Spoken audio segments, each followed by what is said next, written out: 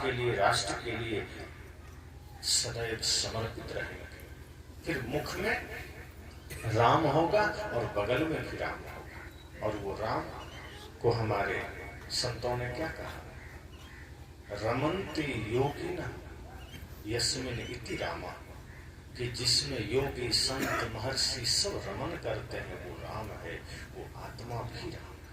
वो आत्मा, चेतन आत्मा राम ही तो है।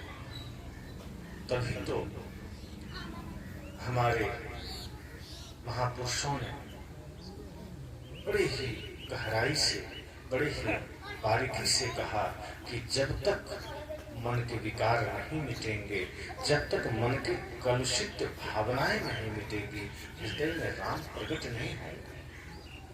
राम को प्रकट करना है, राम को जानना है, राम को जीना है, तो मन को निर्मल करना पड़ेगा। एक भजन आपने सुना होगा, धोना था मन भूल गया तो, धोता रहा तन मल मल के,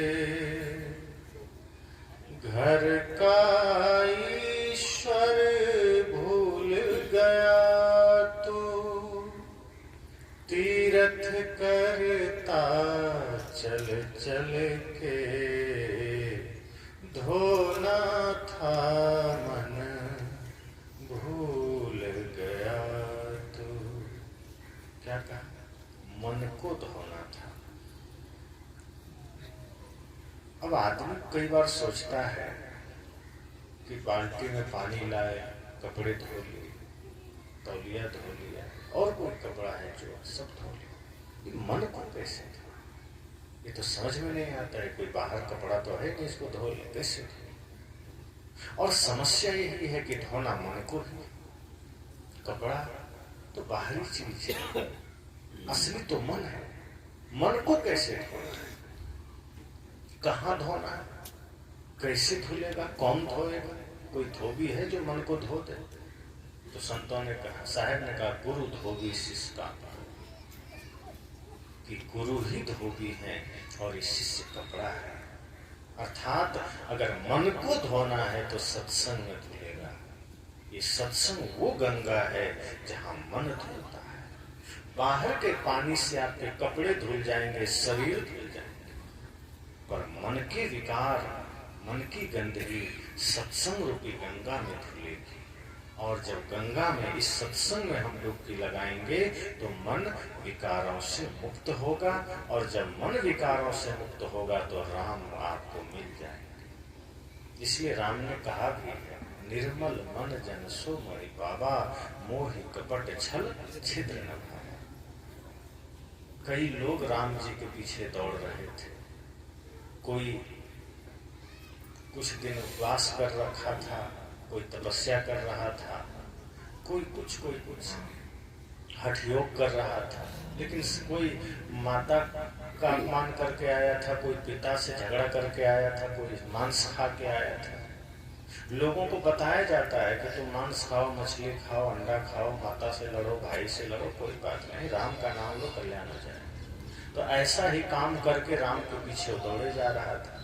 तो राम जी मिल गए, थोड़ी दूरी पर सामने थे।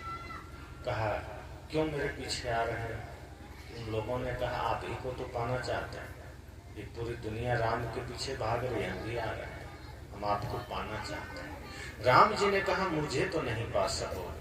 उन लोगों ने कहा, प्रभु आपके निकट आ गए हैं, अब तो बिल्कुल पा लेंगे। अब थोड़ी सी दूरी बची है, चले थे तो आप दिखते भी नहीं थे, अब तो हम इतना तेज चले आप दिख रहे हैं, आपसे हम बात भी कर रहे हैं, अब आपको हम पा लेंगे। राम जी ने कहा, ये जो फासला है ना, दूरी ये बना रहेगा, कभी पा नहीं सको।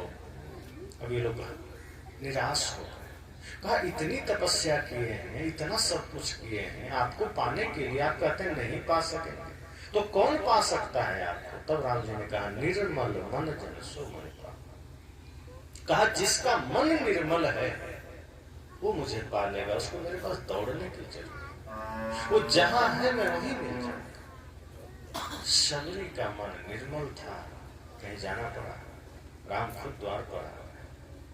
विदुर का मन निर्मल था, कहीं जाना पड़ा। दुर्योधन का मेवा त्याग दिया कृष्ण, कहा तुम्हारा मेवा नहीं खाएंगे, तुम्हारा 56 भोग नहीं खाएंगे। कहाँ चले गए? बिना बुलाए विदुर के घर चले गए। विदुर तो बुलाए भी नहीं थे, लेकिन विदुर के जीवन में भक्ति थी, श्रद्धा थी, निर्मल मन था, इसलिए 56 भोग त्याग दिया श्री कृष्ण ने। लेकिन विदुर के घर का साग और रोटी भी अमृत से अधिक स्वादिष्ट हो गया। संत कहते हैं जब आपका मन निर्मल हो जाता है तो समझो राम आ गए। जब आपका मन निर्मल होता है तो समझना आपका घर मंदिर बन गया। तो वहां एक मंदिर बन रहा है, उस मंदिर से आपने क्या सीखा? मंदिर बने न बने, आपका घर, आपका जीवन अगर मंदिर बन गया तो राम तो हर घर में आ गए। राम का आना क्या है? राम का आना सिर्फ राम का नाम का आना नहीं है, राम के मूर्ति का आना नहीं है, राम के आदर्श का आना जिस दिन हो गया समझना राम का आना हो गया। जिस दिन भारत पुनः अपने अतीत के उन गौरवमयी इतिहासों को संजो लेगा, पुनः उसी भाव में आ जाएगा। जब ये कहा जाता था कि सर्वे भवन्तु सुखिनः सर्वे सन्तु निरामया, ये भारत का उद्घोष रहा। जिस दिन आपके हृदय से सबके लिए सुख की कामना उठ जाए, जिस दिन आपके हृदय से सबके लिए प्रेम की भावना उठ जाए, समझना राम का आगमन इस दिल में हो गया है। अभी तो हमारे हृदय से उठता है कि बस मैं सुखी हो जाऊं और बगल वाला तो महा दुखी हो जाए। अभी हमारे हृदय से यही पुकार उठता है कि हमारा घर बड़ा हो जाए, पड़ोसी का तो झोपड़ी में भी आग लग जाए तो अच्छा है। हमारा बच्चा पास हो जाए सारे एग्जाम और दूसरे का बच्चा फेल हो जाए, हमें धन मिल जाए दूसरे निर्धन ही रहे। संतों ने कहा नहीं, जिस दिन आपके हृदय से ये भाव जगेगा कि सर्वे भवन्तु सुखिनः, सबको सुखी कौन देख सकता है? जिसका मन निर्मल होगा। यही हमारा इतिहास रहा है। ये भारत ऋषि मुनियों का देश रहा है, संतों का देश रहा है, साध्वियों का देश रहा है, वीर वीरांगनाओं का देश रहा है। ये कायरों का देश नहीं है, ये निशाचरों का देश नहीं है। और कुछ निशाचर हुए भी हैं समय काल खंड में, तो उनसे हमारे देश की पहचान नहीं है। इस देश की पहचान राम, कृष्ण, बुद्ध, महावीर, कबीर, सुर, तुलसी से हुई, वीर भगत सिंह से हुई है, चंद्रशेखर आजाद से हुई है, नेताजी सुभाष से हुई। इस देश की पहचान इन्हीं महापुरुषों से हुई है। हम इनके आदर्श को क्यों ग्रहण नहीं करते? आज आपके बच्चे हीरो हीरोइन के पीछे क्यों भाग रहे हैं? क्यों आपकी बच्चियां रानी लक्ष्मीबाई को नहीं जानती, नहीं सुनती? क्यों आपके बच्चे भगत सिंह को नहीं जानते? क्यों उनका अनुसरण नहीं करते? आपके बच्चे राम के आदर्श को क्यों धारण नहीं करते? आज लोग कहते हैं क्या करें, बच्चे बिगड़ गए। कहां से बिगड़ गए? माँ के गर्भ में बिगड़े हैं, बाहर आकर के आपके संग से बिगड़े हैं। वो कोई पाकिस्तान थोड़े चला गया था वहां बिगड़ के यहाँ आया। जन्म लिया, आपके बीच रहा, आपने ही बड़ा किया, आपने संस्कार दिया, वो बिगड़ कैसे गया? अगर आपके बच्चों में दिव्यता नहीं उतरी, अगर आपके बच्चों में माता पिता गुरु की भक्ति नहीं उतरी, तो वो कोई दोष बाहर का नहीं, आपका दोष है। हम सोचते हैं हमारा बच्चा भी श्रवण कुमार की तरह हो जाए। कि श्रवण कुमार ने क्या किया? माता पिता की सेवा में अपना पूरा जीवन खपा दिया। माता पिता को कांवड़ में, डोली में रख करके 4 धाम की यात्रा करा दिया श्रवण कुमार। आज के बच्चे क्या करते हैं? लालच में, स्वार्थ में पड़ के अपने माता पिता को वृद्धाश्रम की यात्रा करा देते। 4 धाम की तो क्या ही कराए, कहां से कराए? वो भावना कहां से आए? माता पिता ही सर्वोपरि देव हैं, ये समझ में क्यों नहीं आता बच्चों को? क्योंकि हमने उसका लालन पालन, उसकी परवरिश धर्म से वंचित होकर किया है। हमने अर्थ को मूल में रखा है, हमने संसार को मूल में रखा है, हमने माया को मूल में रखा है, हमने स्वार्थ को मूल में रखा है। और जहां स्वार्थ मूल में हो जाता है वहां बच्चों में परमार्थ का भाव कभी नहीं आता, त्याग का भाव कभी नहीं आता, भक्ति का भाव नहीं आता। और जो आप बोते हैं वही आप काटते हैं, दूसरा कुछ नहीं मिलता। आप अगर आम का पौधा बोएंगे तो क्या उससे बबूल के कांटे मिलेंगे? लेकिन बबूल का पेड़ बोएंगे तो बबूल का कांटा जरूर मिलेगा, फिर आम का फल नहीं मिलेगा। इसी तरह से अगर बच्चों में दिव्यता आप डालेंगे, सही संस्कार देंगे, सही माहौल देंगे, तो ये बच्चे आपको भी नहीं, इस राष्ट्र को भी दिशा दे सकते हैं। इन्हीं बच्चों में से कोई भरत हो गए थे, कोई वीर शिवाजी हुए, कोई राम हुए। ऐसे ही जन्म लेने वाले सब छोटे छोटे नन्हे नन्हे बच्चे थे। सबको सही संस्कार मिला, माता पिता का बढ़िया संस्कार मिला, ज्ञान मिला, संतों का आशीर्वाद। कोई चंद्रगुप्त, कोई अशोक, कोई चाणक्य हो गए, कोई कबीर, कोई सुर, कोई तुलसी हो गए। आज भी बहुत से महापुरुष हैं। एक आदमी ने कहा कि आज सच्चे संत नहीं,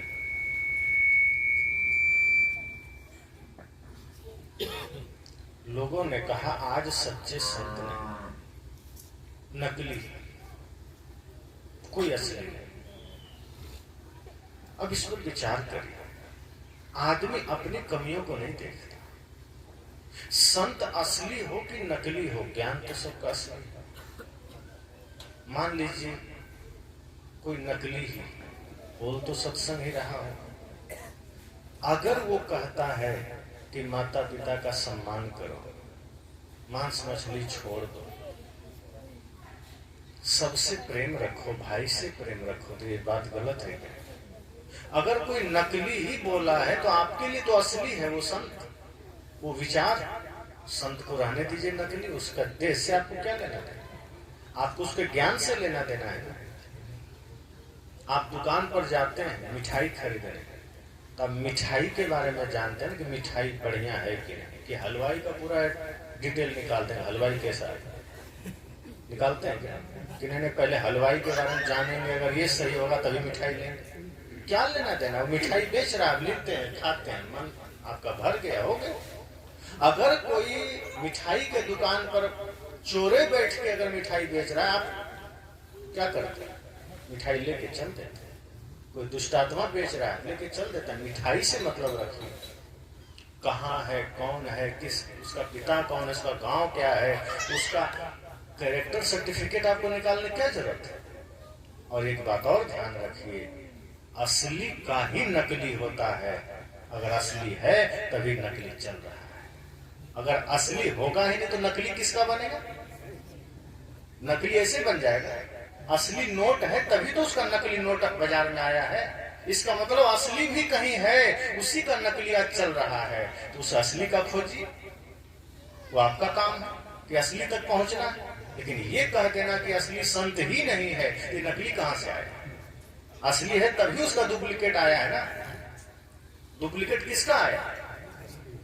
असली का ही है। असली जब नहीं होगा, अब चीन क्या करता है? ओरिजिनल सामान का डुप्लीकेट बनाता है। तो ओरिजिनल तो चाहिए ना, जब ओरिजिनल होगा ही नहीं तो डुप्लीकेट किसका करेगा? कॉपी तो ओरिजिनल का ही हो सकता है। इसलिए असली संत हैं, उनको कम से कम माध्यम तो नकली ही बन जाता है कई बार। उनसे आपको सुनते हैं, सीखते हैं, उसी से फिर आप असली की खोज कर लेते हैं। इसलिए सत्संग आपको सब कुछ का भेद बताता है। ये सत्संग आपको एकदम यथार्थ ज्ञान देता है। और सत्संग किसी संप्रदाय का नहीं होता, सत्संग किसी जाति विशेष का नहीं होता। सत्संग मानव मात्र का होता है, बल्कि प्राणी मात्र का होता है। और जो सच्चे संत होंगे वो न किसी जाति में बंधे होंगे, न किसी संप्रदाय में बंधे होंगे। उनके लिए संपूर्ण विश्व उनका परिवार होगा। और अगर थोड़ा सा राष्ट्र भाव से लेंगे तो ये देश उनका अपना पूरा परिवार होगा। सभी लोग उनका अपना लोग होंगे, किसी से कोई विरोध नहीं। जो चाहे कोई राम को मानते हैं, कृष्ण को मानते हैं, चाहे कोई बुद्ध को माने, चाहे कोई महावीर को माने, क्या दिक्कत है? मान तो महापुरुषों को ही रहे, मान तो किसी न किसी दिव्यात्मा को ही रहे हैं। हाँ, कोई रावण की पूजा कर रहा है और वो मांस मछली खा रहा है, मदिरा पी रहा है, माता पिता को लात मार रहा है, तब भी संत उससे नफरत नहीं करते, उसको सुधारने का प्रयास करते। ये कोई बात नहीं, गलतियां इंसान से ही होती। जब तक अज्ञानता है, गलत राह पर चल रहे, ज्ञान का दीपक जलेगा, सारी अज्ञानता मिट जाएगी। और वही आदमी जो अब तक अनादर करता था माता पिता का, उन्हीं के चरणों में फिर उसे तीर्थ नजर आने लगे। वेद में तो कहा ही गया है ना, मातृदेवो भव, पितृदेवो भव, आचार्य देवो। वेद को सबसे पुराना ग्रंथ अगर माना जाए या मानते हैं तो उसमें सबसे बड़ा देवता 3 ही आया है, माता पिता और गुरु। चौथा कोई देव नहीं जिनको माना जाए। लेकिन देवत्व का भाव सब में होना चाहिए। जैसे लोग कई जगह बोल देते हैं कि बोलिए अपने अपने माता पिता की जय, तो सिर्फ अपने अपने नहीं, दूसरे के माता पिता की भी जय बोलने में कोई दिक्कत नहीं, क्योंकि माता पिता सबके होते हैं, वो सभी दिव्य होते हैं। कोई कोई माता कोई कोई पिता भी गलत होते हैं। अब जैसे प्रहलाद बेचारा, उनका बाप ही गड़बड़ था, हिरण्यकश्यप। तो कोई कोई पिता भी गड़बड़ होता है, लेकिन पुत्र बढ़िया होकर के पिता को भी तार देता है।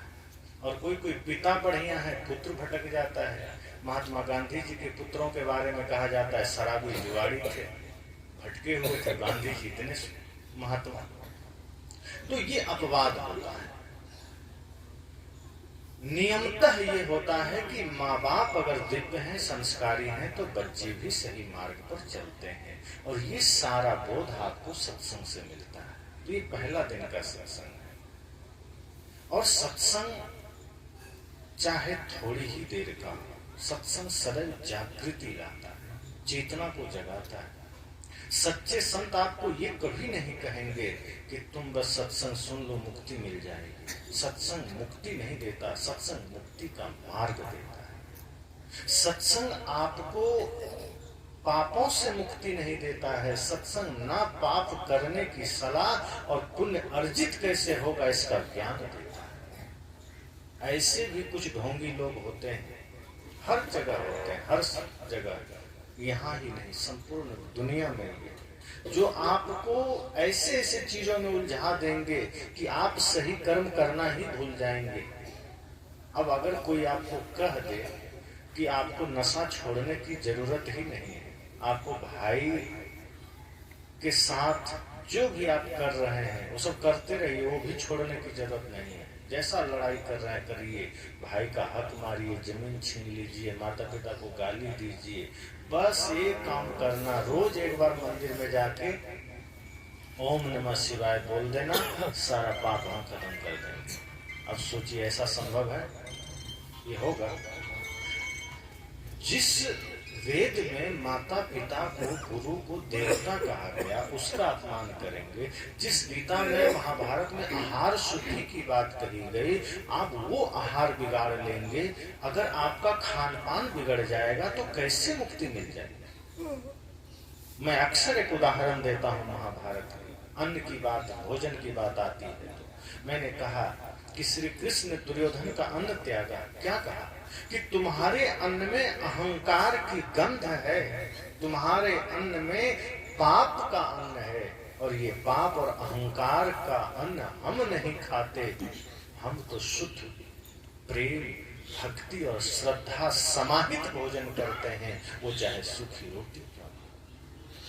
और सबसे बड़ी बात, भीष्म पितामह की घटना याद कीजिए।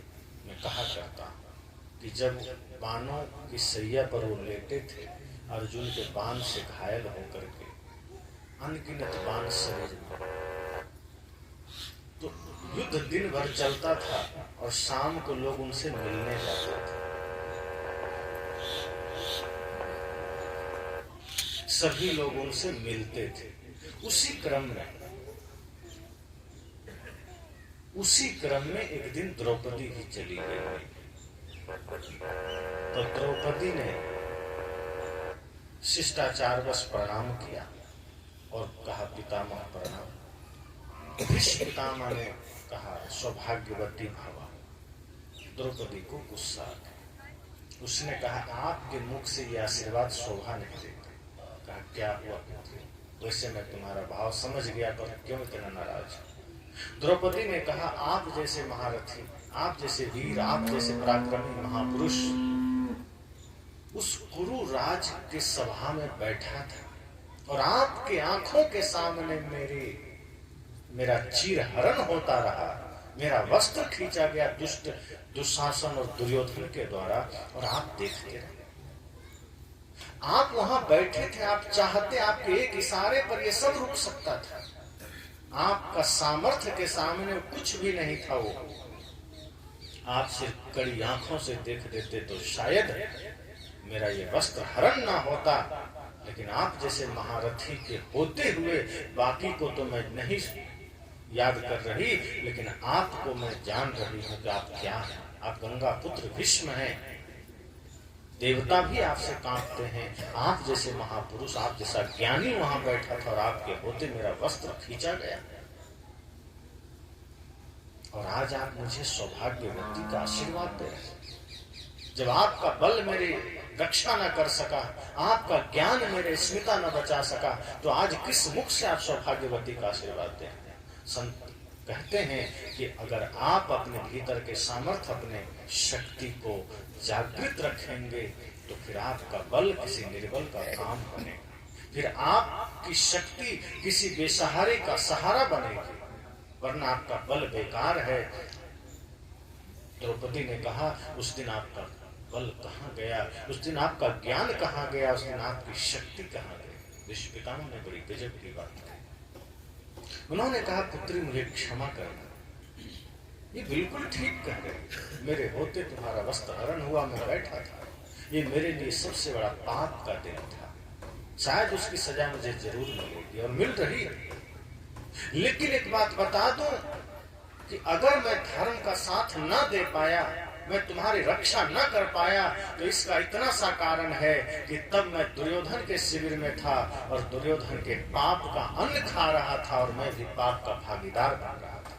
इसलिए उस पाप के अन्न के वजह से मेरा मन पवित्र न हो सका और मैं तुम्हारी रक्षा न कर सका। इसलिए जैसा खाए अन्न वैसा बने मन। इसलिए आपका भोजन, आपका आहार अगर शुद्ध हो जाएगा, तभी आप धर्म पथ पर चल सकते हैं, तभी आप धर्म को जागृत कर सकते हैं। अगर कोई आपको कहता है कि मांस मछली मदिरा खाते रहो, भगवान का नाम लो पार हो जाओगे, तो समझना कि वो धोखेबाज है, वो आपको उसे धोखा दे रहा है। वो खुद भी डूबा है, आपको भी डुबाने के चक्कर में। जो उगा हुआ रहेगा वो आपको सबसे पहले पानी शुद्ध कराएगा, आपका भोजन शुद्ध कराएगा, आपका कर्म शुद्ध कराएगा।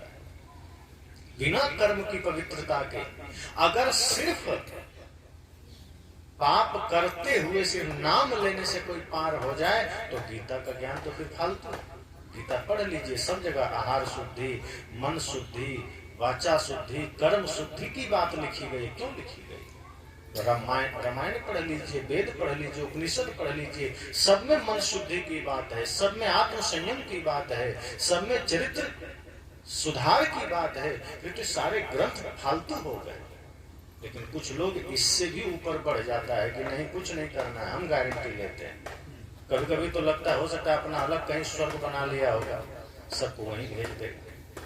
लेकिन ऐसा नहीं। सच तो ये है कि आदमी जो भी करेगा, जैसा करेगा वैसा ही पाएगा, चाहे वो। अब एक उदाहरण मैं देता हूं, आप लोग प्रयोग करिएगा घर में।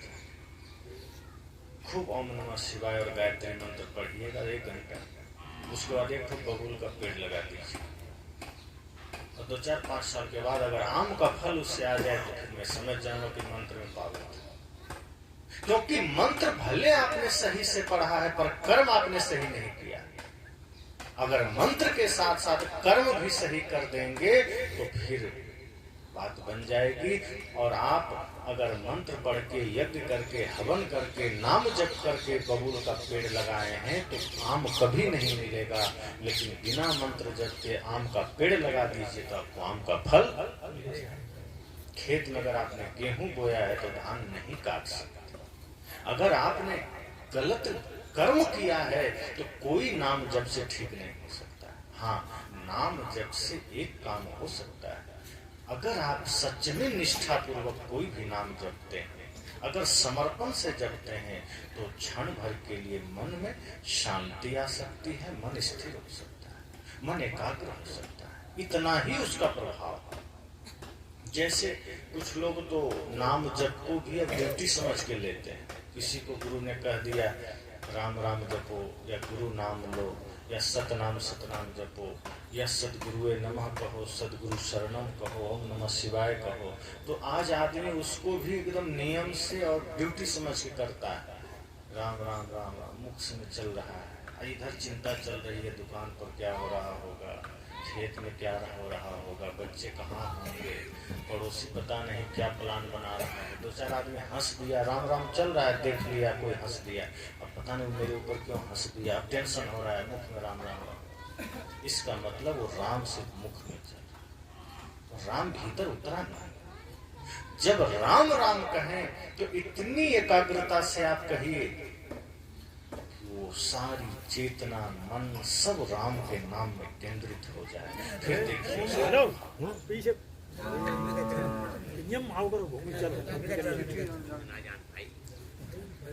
कोई भी नाम आप लेते हैं, अगर निष्ठा से ले रहे हैं, समर्पण से ले रहे हैं, तब उसका आनंद आपको मिलेगा। अगर ऊपर ऊपर ले रहे हैं तो पता ही नहीं चलेगा कि उसका कोई अर्थ भी होता है, और वही आज हो रहा है। हम सब कुछ बाहर बाहर कर रहे हैं, पूजा बाहर बाहर, प्रार्थना बाहर बाहर, नाम बाहर बाहर, और आज राम जी के नाम पर सारा उमंग भी बाहर बाहर। भीतर से जिस दिन हो जाएगा उस दिन आदमी सुधर जाएगा। अगर राम के सच्चे भक्त बनना है तो सबसे पहले मन वचन कर्म तीनों को पवित्र करना होगा। अगर राम के सच्चे भक्त बनना है तो सबसे पहले माता पिता गुरु का भक्त बनना होगा। अगर राम का सच्चा भक्त बनना है तो सबसे पहले राष्ट्र भक्त बनना होगा। माता पिता गुरु का भक्त बनना है तो सबसे पहले नशा दुर्व्यसन का त्याग करना होगा, अभक्ष्य भोजन का त्याग करना, भाई से प्रेम रखना होगा। आज भाई से विवाद चल रहा है, एक ही माता पिता से जन्म लिए, पढ़े लिखे, खाए खेले, एक ही थाली में खाए, थोड़े दिन बाद वही भाई से बंटवारा कर लेते, और दोनों मिलकर राम की पूजा करते हैं। रामायण दोनों घर में है और दोनों में केस चल रहा है, दोनों भाई हैं, और कितना मजाक है राम के साथ। जो राम गद्दी छोड़ दिए, जंगल चले गए, लेकिन भाई से विरोध नहीं किए, आज उन्हीं का भक्त उनका नाम जप रहा है, राम राम कर रहा है, रामायण की चौपाई पढ़ रहा है, और अपने ही भाई पर मुकदमा लड़ रहा है, केस कोर्ट। किस लिए? थोड़े से जमीन के लिए, और कुछ कोई झगड़ा नहीं। भाई से झगड़ा जमीन का होता है, थोड़ा सा मान प्रतिष्ठा जमीन धन का हो जाए, और यही झगड़ा कर रहा है, और जानता है कि हम यही छोड़ के जाएंगे, जब जाएंगे तो ये शरीर भी यहीं रह जाएगा, फिर भी झगड़ा करता है। तो जब हमारे भीतर से विवाद न मिट सका, जब हमारे भीतर से मान सम्मान की भूख न मिट सकी, जब हमारे भीतर से विकार न मिट सका, तो कैसा राम आएगा? और फिर कैसे राम आएंगे? राम का आगमन तो जब सबके दिलों में होने लगेगा तो घर घर रहेगा, मंदिर को। और शायद तो कहते हैं घर घर मंदिर हो जाए, घर घर देवालय सिद्धालय हो जाए, समझना उस दिन सच में राम का आना सार्थक हो पाए। वरना राम अभी भी नहीं आएंगे, भले ही हम कोशिश करें राम आएंगे, दिख जाएगा, इन आंखों को दिख जाएगा, क्योंकि ये आंखें वही देखेगी जो माया रूप है। सत्य रूप तो भीतर विवेक से दिखेगा, और विवेक की आंख तो जगेगी ही तभी जब हम सत्संग में उतरेंगे, मन निर्मल होगा। संसार को देखने के लिए दो आंखें, दो बाहर की है, दो भीतर की है। भीतर की आंख किसी को अभी खुला नहीं, कोई खोल लेते हैं विवेक से, साधना से, तपस्या से।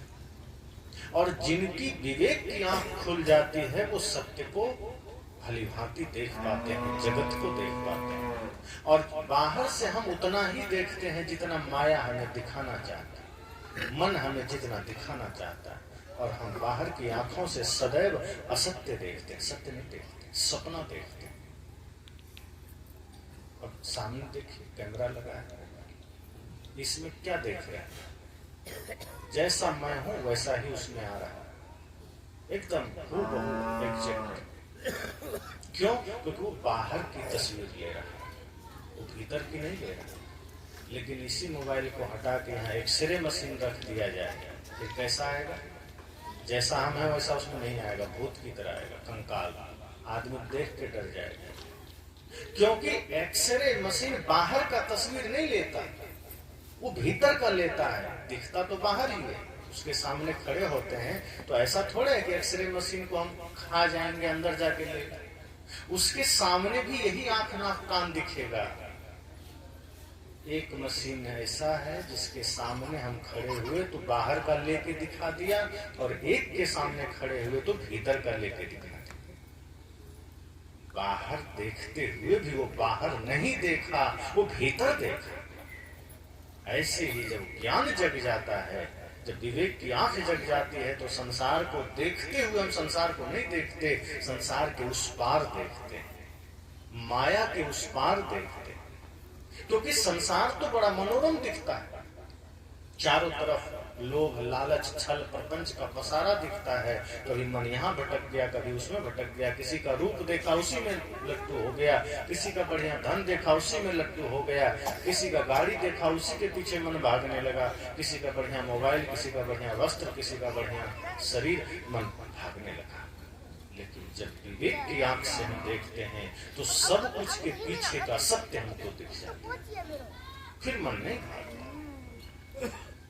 शरीर के पीछे का कंकाल दिख जाए तो आकर्षण ही खत्म हो गया, फिर ये दुनिया भर का अफरा तफरी खत्म हो जाए, फिर ये सब बंद हो जाए। धन के पीछे का सत्य दिख जाए, शरीर के पीछे का सत्य दिख जाए, फिर झगड़े खत्म। और ये सत्संग वही हमारे भीतर का विवेक जागृत कर देता है, उसी विवेक को जगा देता है, ताकि हम सत्य को देख सकें और सत्य को ही जीवन का धर्म बना सकें। क्योंकि धर्म न दूसर सत्य समाना, धर्म सत्य से बड़ा कोई दूसरा धर्म नहीं। धर्म न दूसर सत्य समाना, जिसके जीवन में सत्य है वही धार्मिक है। लोग कहते हैं धार्मिक वो है जो सुबह सुबह राम जपता है, राम राम करता है। धार्मिक वो है जो तिलक लगाता है। धार्मिक वो है जो लाल पीला वस्त्र ओढ़ करके पूजा करता है।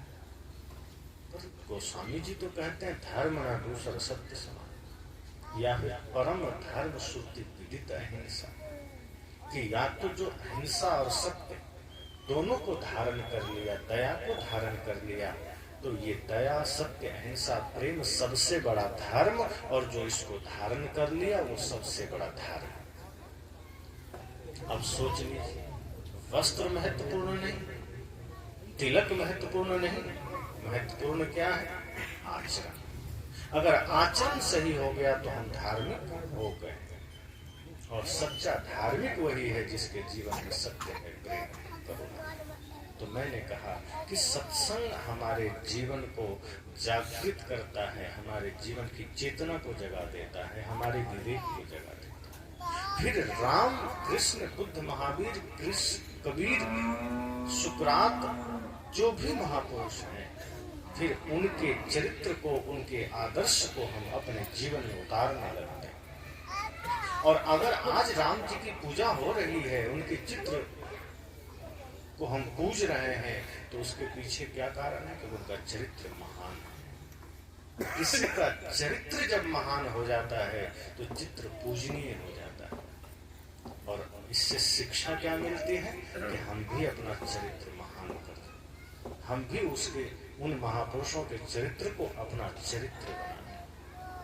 पर हम चित्र की पूजा में लग जाते हैं और चरित्र हमारा ज्यों का त्यों रह जाता है। चित्र पूजनीय ही तब बनता है जब चरित्र विशेष हो जाता है।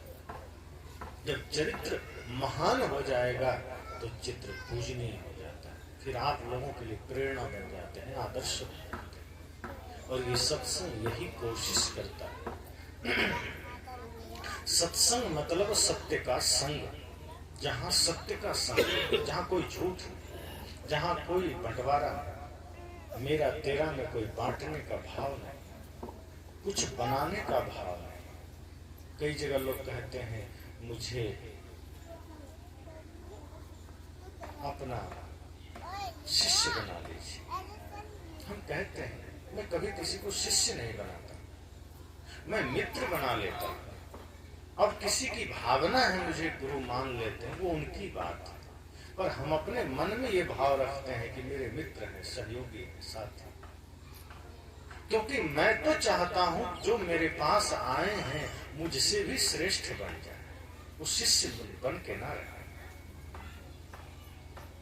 पारस और उस संत में बड़ो अंतरो जान, वो लोहा कंचन करे गुरु कर ले आप सब।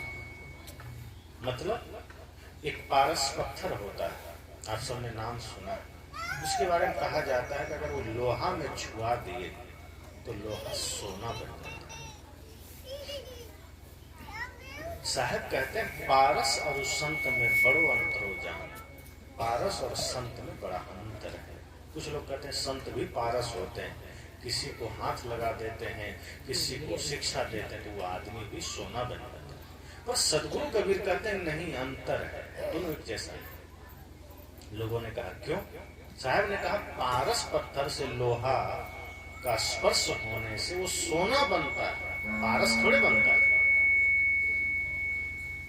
पारस पत्थर से लोहा को आप छुआ दें तो वो सोना बनता है, पारस नहीं बनता। महानता तो तब है जब पारस में लोहा छुए और पारस ही बन जाए, लेकिन पारस नहीं बनता, वो लोह सोना बनता है। पर गुरु में ये फर्क है कि गुरु के सानिध्य में जो सच्चे मन से चला गया, गुरु उसको अपने समान बना लेते हैं, शिष्य नहीं। गुरु कर ले आप समान।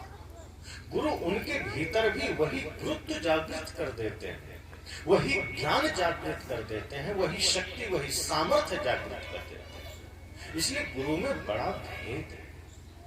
तो जो सच्चे भाव से सच्ची निष्ठा से गुरु के पास जाते हैं, गुरु अपने सरीखा बना लेते हैं, बल्कि अपने से भी ऊंचा बना लेते हैं। इसलिए सच्चे मन से जब हम सत्संग में जाते हैं तो गुरु हमें ऊंचा बना देते हैं। और ऊंचा बनता है कोई वोट से नहीं बनता।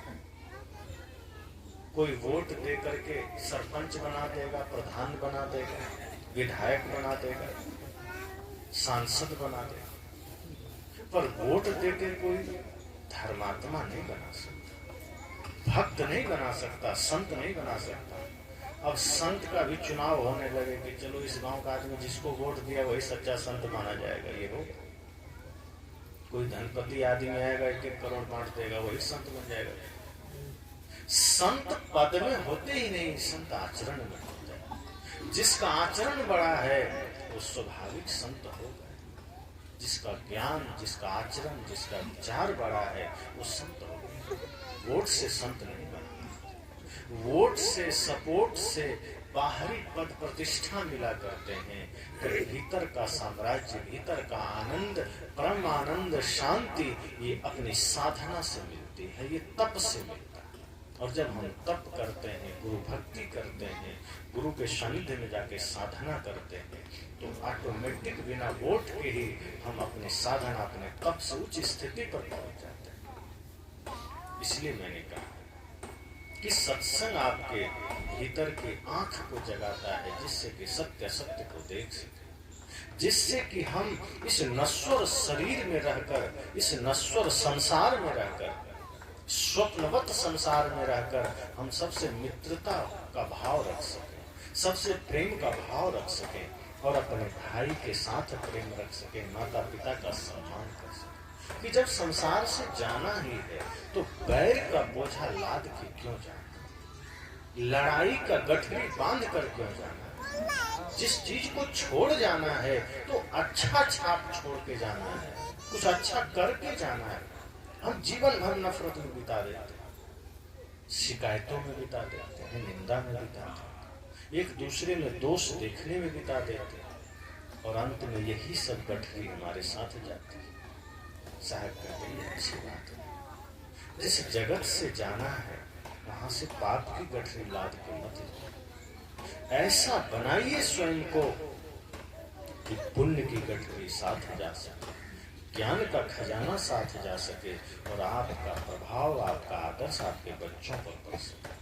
आप जाइए लेकिन अपने बच्चों को वो योग्यता देकर जाइए, वो संस्कार देकर जाइए कि फिर वो भी समाज का राष्ट्र का नायक बन सके, सहायक बन सके। कभी भी सदैव सब लोग ध्यान रखें, आपका कोई कर्म समाज के लिए विध्वंस का कारण न बने, राष्ट्र के लिए विध्वंस का कारण न बने। सदैव ये कोशिश कीजिए कि मनसा वाचा कर्मणा, सदैव मेरा कर्म, मेरा जीवन, मेरे एक एक श्वासें समाज निर्माण में लग सके, समाज उत्थान में लग सके, राष्ट्र निर्माण में सहायक बन सके, विरोध में न जाए। और ऐसा कब होगा? जब सत्संग से जुड़ेंगे, सत्संग को साथ रखेंगे। अब सत्संग से जुड़ने का अर्थ क्या है? क्या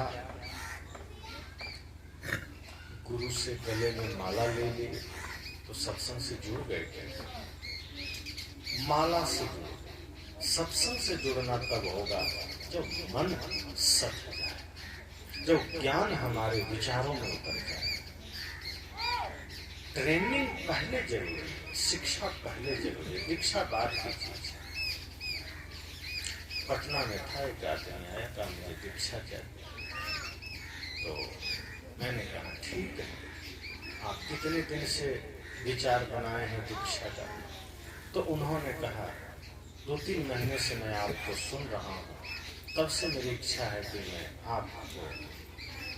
आपसे ही दीक्षा लूं।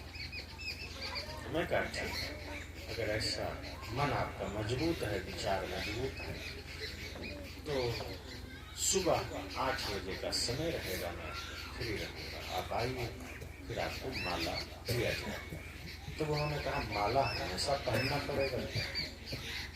मैंने कहा अभी आप रुक जाइए, अभी आप दीक्षा मत लीजिए। इतनी ही बात पर मैंने दीक्षा रोक दी।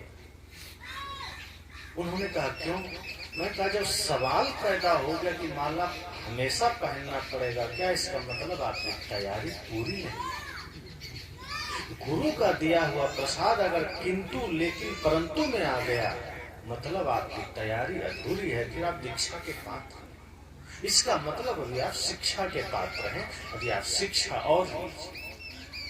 जिस दिन आपकी शिक्षा पूरी हो जाएगी, आप अहोभाव और सौभाग्य समझेंगे कि गुरु का आशीर्वाद मुझे गले में मिला और मैं इसको सदैव साथ रखूंगा। आप दुनिया भर का चैन, सिकड़ी, लॉकेट गले में डाले दिखाते हैं लोगों को, देखो मैं सोने का पहना, जो छूट जाएगा। गुरु का दिया हुआ वो दिव्य माला जो उससे भी कीमती है, धन में जरूर वो ज्यादा होगा, पर आध्यात्मिक दृष्टि से माला से ज्यादा कीमती कोई चीज नहीं जो गुरु देते हैं। तो जिस दिन आप उसके महत्व को समझ लेंगे, फिर और वो ऐसा इसलिए बोले कि लोगों के बीच रहेंगे, थोड़ा सा शर्म लगेगी, गले में माला पहना। मैंने कहा लोगों को नशा करने में शर्म नहीं आता, गाली देने में शर्म नहीं आता, शराब पीने में शर्म नहीं आता, जुआ खेलने में शर्म नहीं आता, लेकिन तिलक लगाना हो तो शर्म आती है। गुरु का माला पहनना हो तो शर्म आती है, ज्ञान का शब्द बोलना हो तो शर्म आती है। का दुर्भाग्य है। शर्म आनी चाहिए गलत करने में, शर्म आनी चाहिए झूठ बोलने में, शर्म आनी चाहिए नशा करने में, शर्म आनी चाहिए किसी का अपमान करने में, लेकिन तब तो आप बड़े सीना ठोक के करते हैं। लेकिन जहाँ धर्म की बात है, जहाँ जीवन के सत्य को उजागर करने की बात है, जहाँ और आपको गर्व से तिलक धारण करना है, माला धारण करना है, वहाँ आप कह रहे हैं माला हमेशा पहनना पड़ेगा। मैं कहा आप रुक जाइए, कहीं नहीं मुझे दे दीजिए, अब आपको नहीं मिलेगा, अब आप बाद में लीजिएगा और आश्रम पर आके लीजिए। जिस दिन पूरी तैयारी हो जाएगी, क्योंकि मैं शिक्षा में ज्यादा विश्वास रखता हूँ, दीक्षा तो बात की चीज है, खुद हो जाएगी। जैसे कोई पुलिस में, सेना में जाते हैं तो जाते ही वर्दी थोड़े दे देते, पहले ट्रेनिंग होती है। जब ट्रेनिंग में आप परफेक्ट हो जाते हैं तो वर्दी तो मिल ही जाती है, वर्दी भी जरूरी है। लेकिन जिस दिन गए और वर्दी दे दिया, फिर आप उस वर्दी का महत्व नहीं जानते। वर्दी का बड़ा महत्व है। पुलिस के पास भी वर्दी है, आर्मी के पास भी वर्दी है, थोड़ा मोड़ा विभाग भी एक ही जैसा है, लेकिन दोनों में धरती आसमान का अंतर हो जाता है। डॉक्टर के पास भी वर्दी, वकील के पास भी वर्दी, ड्राइवर जो है उसके पास भी वर्दी, ट्रेन और प्लेन के ड्राइवर उनके सबके वर्दी, सबका अलग अलग ड्रेस। सबके मानसिकता, सबके आचरण में फर्क पड़ जाता है। आर्मी का ड्रेस किसी के पास है तो आप देखते ही हृदय में एक सम्मान और अभिवादन का भाव जागृत हो जाता है। क्यों? क्योंकि उस वर्दी के पीछे जो उसकी ट्रेनिंग है, जो भाव है, वो राष्ट्र की सीमा की रक्षा का है। वो जाते ही वर्दी लेके खड़ा नहीं हो गया, क्योंकि वर्दी कुछ संकेत करती है। तो वर्दी बड़े ही तप, बड़े ही साधना और बड़ी तपस्या के बाद मिली। डायरेक्ट मिल जाए तो कोई महत्व नहीं समझेगा। इसलिए जब वर्दी ट्रेनिंग के बाद मिलती है तो उसका एक अलग गरिमा होती है। अब जैसे कोई वर्दी का महत्व, इसलिए एक आदमी का माला नहीं लेंगे तो क्या काम नहीं करेंगे, तो वर्दी का और चिन्हों का बड़ा महत्व होता है। डायरेक्ट ले लेंगे तो शायद कोई मतलब का नहीं होगा, प्रक्रिया से लेंगे तो अर्थ होता है। जैसे वर्दी का महत्व इसलिए होता है कि कोई आर्मी का जवान है, सेना का, आप उसको धोती कुर्ता तिलक लगा के और माला पहना के खड़ा कर दीजिए बॉर्डर पर, गोली नहीं चला पाएगा। धोती कुर्ता पहन के, तिलक लगा के, माला पहन के, हाथ में आरती की थाल लेके पूजा करेगा, वो भाव से हो जाएगा, भाव बदल जाता है। जो कोई भी यहाँ सेना में, पुलिस में होंगे, आप खुद अनुभव करते हैं। आप ड्रेस हटा दीजिए, आपका भाव थोड़ा अपने आप में ही चेंज हो जाता है। कि जैसे आप वर्दी में आ जाते हैं, रौब आ जाता है, थोड़ा गर्मी बढ़ जाती है, ठंडी भी है तो लगेगा हल्का सा गर्म महसूस हो रहा है। तो ये वर्दी का कमाल होता है। लेकिन वर्दी जब बिना समझदारी और बिना ट्रेनिंग के मिल जाए तो गड़बड़ भी होता है। डॉक्टर की वर्दी में किडनियां बेच दी जाती है, वकील की वर्दी में झूठ को गलत, सच और सच को झूठ कर दिया जाता है। ये भी खेल चलता है। तो इसलिए मैंने कहा कि जब गुरु से हम पहले शिक्षा लेते हैं तो एक समय ऐसा आता है कि हम दीक्षा लेते हैं, वो बाहरी चीज है। लेकिन सदगुरु कबीर जो यथार्थ में बात रखते हैं वो यह रखते हैं कि माला तो कर में फिरे, जीव फिरे मुख माहे, और मनुआ तो 34 फिरे, ये तो सुन रहे हैं कि आप माला गुरु से ले लिए, हाथ में चल रहा है, और मन क्या हो रहा है, दुनिया भर में चक्कर काट रहा है। आंख बंद है, राम राम गुरु, और मन बाजार का चक्कर काट रहा है। साहब कहते फिर ये सुमिरन हुआ है। असली सुमिरन क्या है कि हाथ में माला हो ना हो, मन आपका अपने हाथ में होना चाहिए, मन आपका अपने नियंत्रण में होना चाहिए। जिस दिन मन अपने वश में हो जाएगा, मन अपने नियंत्रण में हो जाएगा, समझ जाएगा सुमिरन हो गया। बहुत सौभाग्य का समय होता है जब सत्संग मिलता है। गुरु का दर्शन साधारण बात नहीं होता, संतों का दर्शन साधारण बात नहीं होता। गुरु का दर्शन, गुरु का सत्संग और यथार्थ सत्संग जब मिले, जीवन में अहोभाग्य समझिए। कोई न कोई हमारा पुण्य उदय हुआ जो संतों का सानिध्य मिला, और सौभाग्य है। संकल्प यह लेना है कि अब हमें इस पर चलना है, सुनना ही नहीं। इधर से सुने और कहीं इधर से निकल गया तो फिर बेकार। इधर से सुनिए और इधर से भी सुनिए, और दोनों को लेके यहाँ ले आइए, हृदयंगम करिए। एक होता है कंठस्थ करना, तो कंठस्थ करना मतलब किसी चीज को याद कर लेना। तो आजकल लोग यही करते हैं, कंठस्थ कर लेते हैं। जो सत्संग हम सुनते हैं हम कंठस्थ कर लेते हैं, कंठ में ले आए और फिर यहीं से निकाल निकाल के हम दूसरों को देते हैं। हाथ में तंबाकू भी रगड़ रहे हैं और सत्संग भी बोल रहे हैं। तो एक ये होता है। और कई लोग आप देखें, एक घटना हमारे सदगुरु आचार्य श्री धर्मस्वरूप साहब जी बताते हैं अपने जीवन की घटना, कि एक बार वो अपने आश्रम, जो उनका एक और शाखा आश्रम था, वहां बैठे थे। तो एक भक्त आदमी जो उन्हीं का शिष्य था, संजोग से उस सुबह निकला, हनुमान चालीसा का पाठ करते जा रहा था और हाथ में ऐसे तंबाकू रगड़ते जा रहा था। तो साहब की नजर उस पर पड़ गई। तो जहां वो बैठे थे वहां से सड़क ऐसे आती थी और उधर मुड़ जाती थी, मतलब उनके उनकी नजर साहेब पर नहीं पड़ी। जो आदमी तंबाकू रगड़ रहा था और वो साहेब का ही शिष्य था, भक्त था, तो वो जय हनुमान ज्ञान गुण सागर जय कपीस तिन्हि लोक उजागर और हाथ से चल रहा है, बड़े मस्ती में जा रहा है। साहेब की नजर पड़ गई। साहेब को हैरानी हुई कि क्या कर रहा है, ये तंबाकू रगड़ रहा है कि हनुमान जी को रगड़ रहा है, समझ में नहीं आ रहा। तो साहब ने कहा, कौन हो जी? आवाज थी, हाथ तो उसका आगे था, उसको लगा साहब ने देखा। वो घूम गया, कहा जी मैं, और हाथ पीछे कर ले। और साहब पर नजर पड़ी तो दोनों हाथ पीछे करके उधर ही बना बनाया माल फेंक दिया। फिर हाथ आगे किया, जी मैं। साहब ने कहा, जाओ काम हो गया। उसने कहा, कुछ बोले नहीं। साहब ने कहा, नहीं काम हो गया, तुम जा सकते। वो भी घबरा गया, क्या काम हो गया? कहा, साहब बताइए ना क्या हो। कहा, मैं ये जानना चाहता था कि तुम्हारी अंतरात्मा इस चीज को स्वीकार करती है कि नहीं तुम गलत कर रहे हो। और हम जान लिए, क्योंकि तुम्हारी अंतरात्मा को ये पता है कि तुम गलत कर रहे हो, इसीलिए मेरे सामने आने से पहले तुमने तंबाकू झाड़ दिया। अगर तुम हाथ में प्रसाद रखे होते तो तुम ऐसे करके कहते, साहब प्रसाद है, बस खा रहे हैं। पर तंबाकू रखा था, तुम्हारी अंतरात्मा ने कहा कि तुम नशा वाला चीज किसके सामने लेके जा रहे हो। तुम्हारी अंतरात्मा ने कहा, इसको जल्दी पीछे फेंको, तुमने फेंक दी। हम जानना चाहते थे कि तुम्हारे भीतर ये बोध है कि नहीं कि ये गलत है, और फिर भी तुम कर रहे हो मन के अधीन होकर। तो इसी को कहते हैं, जान बूझ जो कपट करत है तही असमंद न हो। कहीं कबीर तही मूढ़ को भला कौन विधि हो।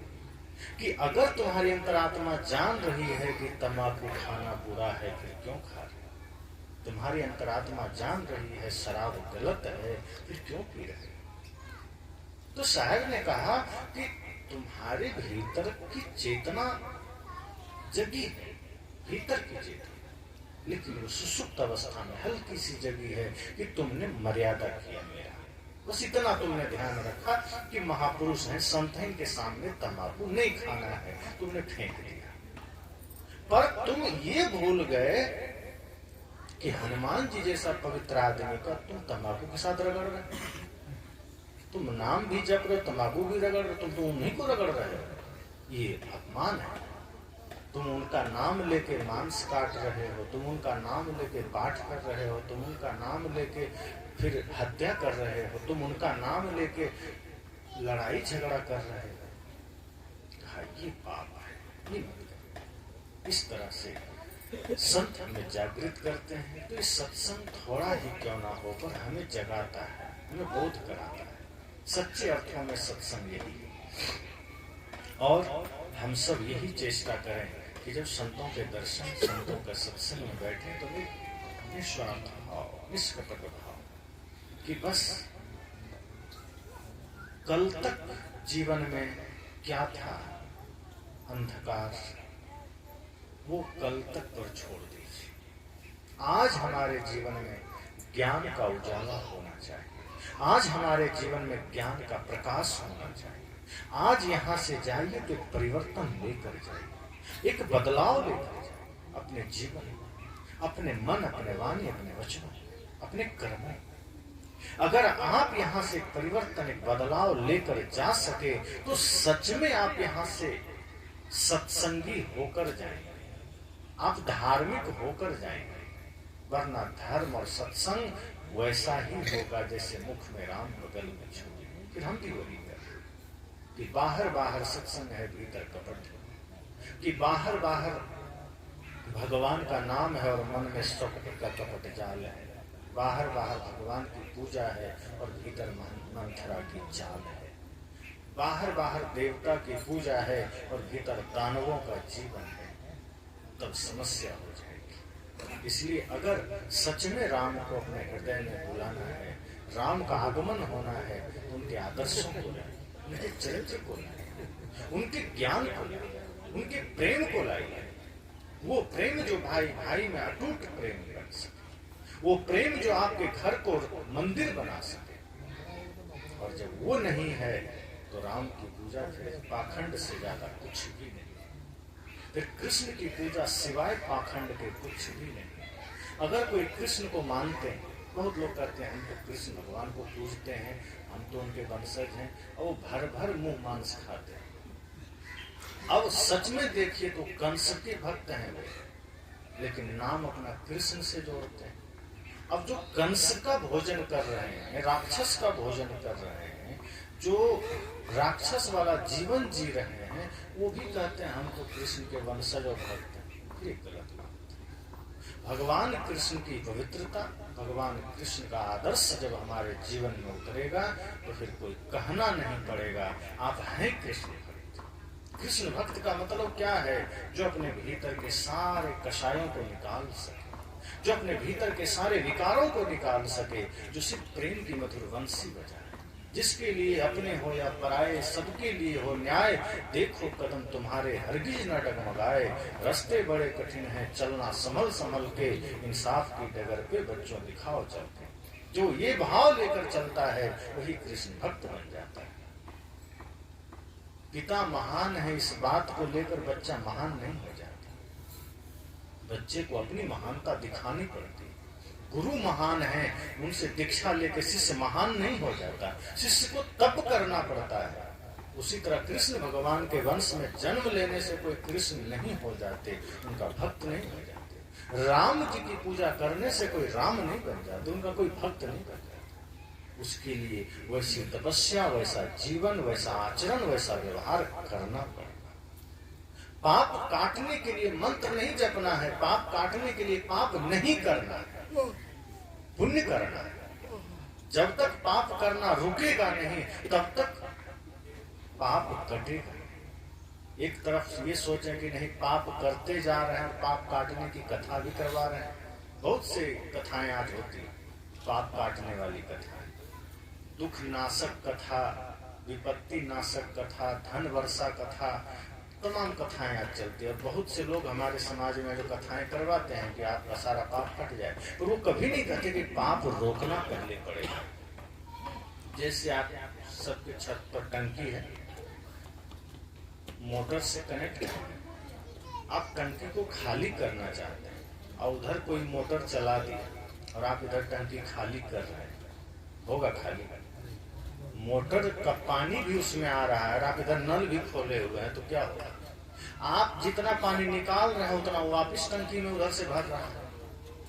आप सोच रहे क्या करें, कहाँ भूल हो रही है, टंकी खाली क्यों नहीं हो रही? और आपको सिखाया क्या जा रहा है? चिंता मत करो, राम नाम जपते रहो, टोटी खोले रहो, एकदम टंकी खाली हो जाएगी। पर कोई आपको ये नहीं कह रहा पहले मोटर बंद करो, मोटर बंद करो, थोड़ी देर में टंकी खाली हो जाएगी। तो अगला पाप करना बंद करो और इधर धर्म पर चलना शुरू कर दो, पाप कट जाएंगे। पर नहीं, पाप रोकना तो कोई कहता ही नहीं, सब कहते हैं कोई दिक्कत नहीं, तुम जो करना है करो, जुआ खेलो, पाप करो, बस जो मैं कहता हूँ वो करते जाओ। कई लोग तो ये भी कहते हैं कि आपका बच्चा अगर एग्जाम में पास नहीं होता है, बेलपत्र लीजिए, बीच के पत्ते में शहद लगाइए, शिवलिंग पर चिपका दीजिए, बच्चा फर्स्ट डिवीजन पास हो जाएगा। अब कहीं बच्चे को ये पता चल जाए तो पढ़ना ही बंद कर दे, और पास हो जाए तो हम कोई यूपीएससी की तैयारी कर रहा हो, उसको कहिए रोज एक बेलपत्र चिपकाओ शिवलिंग, क्या करेगा? तो ये बच्चों को निकम्मा ही तो बनाना होगा। श्रद्धा से पूजा कर लिया कोई बात नहीं, पर ये कह देना कि पास हो जाएगा, इसका मतलब वो उसकी संभावनाओं पर पत्थर मार दिया कि जो बच्चे तपस्या कर सकते थे, जो बच्चे मेहनत कर सकते थे, उसकी संभावनाओं को आपने बेलपत्र लगा के चिपका दिया, बंद, बस कुछ मत करो, हो जाओगे। किसी ने कहा कोई कथा, सत्संग, कोई ध्यान, कोई धर्म की जरूरत नहीं, कोई सत्य हिंसा प्रेम की जरूरत नहीं, तुलसी का लकड़ी मरते समय अस्थि के साथ वहीं चिता में डाल दो, सारा पाप कट जाएगा, सीधे स्वर्ग चला जाएगा। अब आदमी पाप छोड़ेगा, अगर तो जितना करना है कर ही लेते हैं, तो लास्ट में अपने बेटों को समझा देगा कि तुलसी डाल देना मेरे चिता में, नरक नहीं मिलेगा, सीधे स्वर्ग मिलेगा। फिर वो आदमी क्या करेगा? और पाप करेगा, राम का नाम लेके पाप करेगा, ठगेगा, चालबाजी करेगा, तो ये क्या होगा, इससे धर्म प्रचार होगा, धर्म स्थापना होगी। इसलिए संत कहते हैं जागृत रहिए, ये सत्य कड़वा होता है लेकिन आपके हित का होता है। आपके शरीर में कहीं घाव है तो आपका हितैषी वो नहीं है जो उस घाव को सहलाता है, हितैषी वो है जो कांटा लगा के उसको बहा देता है। तो जो बहाएगा थोड़ा दर्द तो होगा, लेकिन बहाने का पीछे का जो भाव है वो आपको दर्द से मुक्ति प्रदान करता है, वो आपको उस अंग की सुरक्षा देता है। डॉक्टर क्या करता है, आपका शरीर में कहीं जख्म है, घाव है, पीड़ा है, डॉक्टर कैंची लेता है, ऑपरेशन कर देता है। वो आप डॉक्टर को गाली दीजिए कि तुम मेरा दुश्मन हो, तो क्या होगा, फिर आप पीड़ा से मुक्ति नहीं पाएंगे। फिर वो घाव एक दिन ऐसा महाघाव बन जाएगा कि हो सकता है टांग कटवाना पड़ जाए। तो डॉक्टर अगर कैंची लगा रहा है तो उसके पीछे आपका प्राण लेना नहीं है, उसके पीछे उसका उद्देश्य है आपको उस दर्द से मुक्ति जो आगे भयंकर हो सकता है। जो गुरु जो संत आपको यथार्थ बोलते हैं, डंके की चोट पर बोलते हैं। कई बार हमारी कुछ मान्यताओं पर थोड़ी प्रहार हो जाती है, कई बार हम आडंबर के अधीन होते हैं, उस पर चोट हो जाता है, दर्द हो जाता है। पर ऐसा नहीं, संत सदैव हितैषी होते हैं जो आपके संसार के प्राणी मात्र का हित चाहते हैं।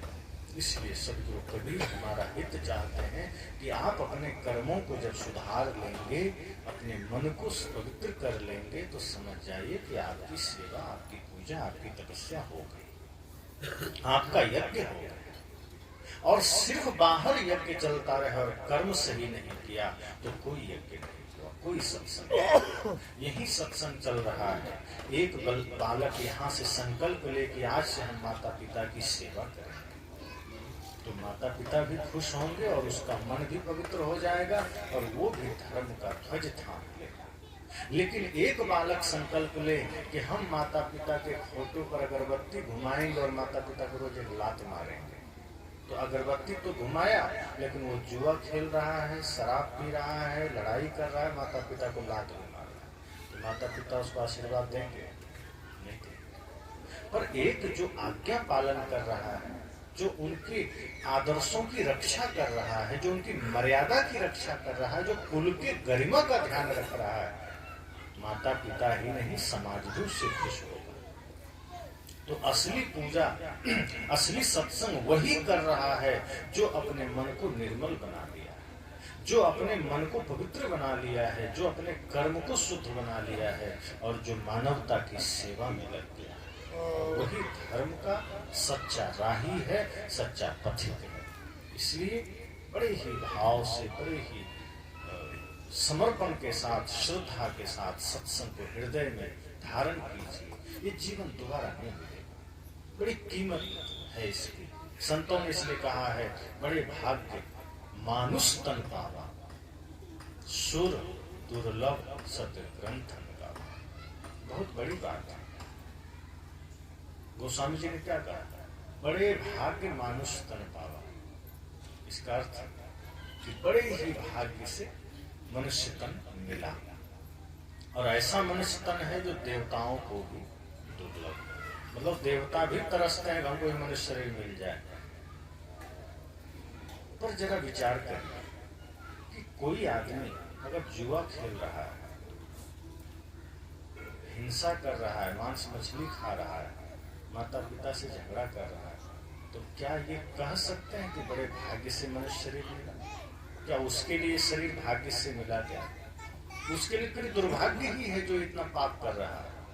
सौभाग्य तो तब होगा जब इस शरीर से पाप होना बंद हो जाए। जब तक इस शरीर से हम पाप कर रहे हैं तब तक गोस्वामी जी की चौपाई झूठी साबित हो जाएगी। बड़े भाग्य मानुष तन पावा कि ऐसे दुष्ट काम के लिए देवता क्यों तरसेंगे? जो आदमी नैतिक पतित हो चुका है, जो आदमी अधर्म के मार्ग पर चल रहा है, जो आदमी भाई से झगड़ा कर रहा है, जो आदमी नशा कर रहा है, माता पिता का अपमान कर रहा है, गुरु का अपमान कर रहा है, धर्म का अपमान कर रहा है, तो क्या देवता ऐसा शरीर पाना चाहेंगे कि हमको ऐसा मनुष्य शरीर मिले? कौन सा शरीर पाना चाहते हैं देवता, और कौन सा मनुष्य सौभाग्यशाली है। मैंने पहले ही कहा था कि असली राम भक्त वो है जो माता पिता गुरु का सम्मान करे, सेवा करे, पूजा करे, जो राष्ट्र का सम्मान करे, जो राष्ट्र की सेवा करे, जो प्राणी मात्र पर करुणा करे, जो सभी के साथ मित्रवत व्यवहार रखे, वही राम भक्त है और वही सौभाग्यशाली मनुष्य है। और ऐसे ही मनुष्य का देह पाने को देवता तरसते हैं। पर जो छल कपट प्रपंच में जी रहा है, जो नरक मचा रखा है, जो गंदगी मचा रखा है, देवता ऐसे शरीर पाना नहीं चाहते। फिर ऐसे लोगों का शरीर समझो गलती से मिल गया, वो दुर्भाग्य, फिर वो ना जाने कितने पाप की योनि में जाएंगे, फिर कितना पाप भुगतेंगे।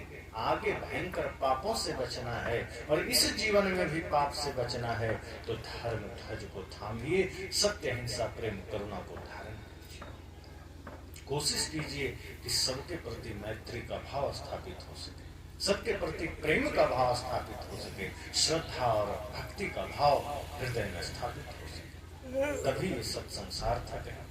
तो इस सत्संग के माध्यम से यही संकल्प, यही विचार कि सत्संग हमें जागृत करता है, हमारी सोई हुई चेतना को, हमारे भीतर फैले हुए हृदय में अंधकार को मिटाता है, प्रकाश करता है, ज्ञान का उजाला करता है, सत्य का। और ऐसे सत्संग जब सच में हृदय में जागृत होता है तो इंसान सच में इंसान बन जाता है। फिर वो न हिंदू, न मुस्लिम, न सिख, न जैन, न बौद्ध, कुछ नहीं रहता, वो शुद्ध इंसान बन जाता है, फिर वो शुद्ध मानव बन जाता है। और ऐसे ही लोगों की आवश्यकता इस देश को, इस सृष्टि को। तो हम सब मेहमान हैं इस धरती पर और अलग अलग पोशाक पहने हैं, शरीर रूपी पोशाक। एक दिन सब अपना अपना पोशाक उतार देंगे, यहाँ से चले जाएंगे। तो जब यहाँ से जाना है तो कुछ नेकी कमा के जाना, कुछ अच्छाई करके जाना, धर्म के ध्वज को थाम कर जाना, मन निर्मल करके जाना। इसी मंगल कामना के साथ वाणी को विराम देता हूं। बोलिए सद्गुरुदेव। और कल सत्संग पुनः समय से होगा। आप सभी अपने अपने इष्ट मित्रों के साथ पुनः आइए, क्योंकि 4 बजे तक विराम हो जाएगा आरती पूजा संतों की पूजा के साथ, और फिर हम सब प्रस्थान कल ही